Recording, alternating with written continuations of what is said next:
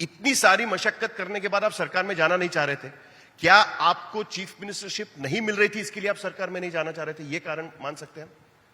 देखिए, ऐसा था कि नॉर्मली चीफ मिनिस्टर रहने के बाद आप किसी दूसरे पद पर सरकार में जाए तो एक प्रकार से आपकी इमेज ये होती है कि आप पावर ग्रीडी हो, आप पावर हंग्री हो। तो मेरा मूल विषय इतना ही था कि हमने सत्ता का परिवर्तन किया है तो कोई कुर्सी चाहिए इसलिए नहीं किया। महाराष्ट्र के जो हालात थे, जो 2-2.5 साल में महाराष्ट्र में जिस प्रकार की घटनाएं हुई, उन सारी घटनाओं के मद्देनजर हम लोगों ने यह परिवर्तन किया था। और इसलिए मैं ये नहीं चाहता था कि कोई ये कहे कि केवल सत्ता के लिए परिवर्तन हुआ है, ग्रिड के लिए हुआ है। और इसलिए मैंने एक बड़ा कॉन्शियस निर्णय उस समय लिया था कि मैं सत्ता के बाहर रहूंगा।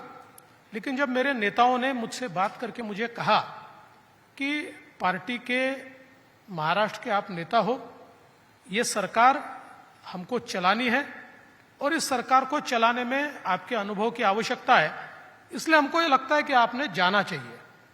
और एक बात हमारे नेताओं ने जो कही, आज जब मैं पीछे मुड़कर देखता हूं तो बात मुझे सही भी लगती है।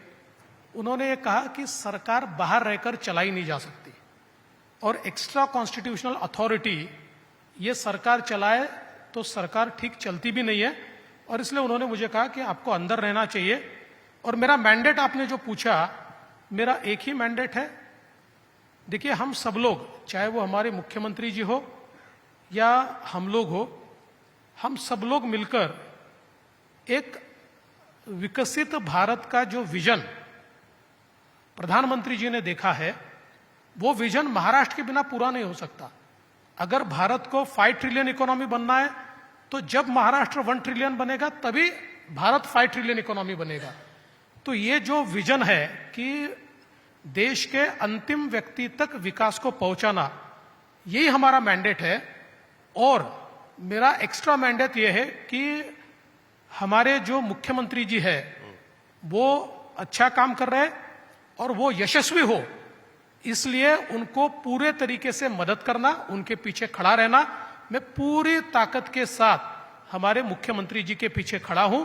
उनकी लीडरशिप में हम सब लोग मिलकर महाराष्ट्र को फिर एक बार देश का नंबर 1 राज्य बनाकर रहेंगे।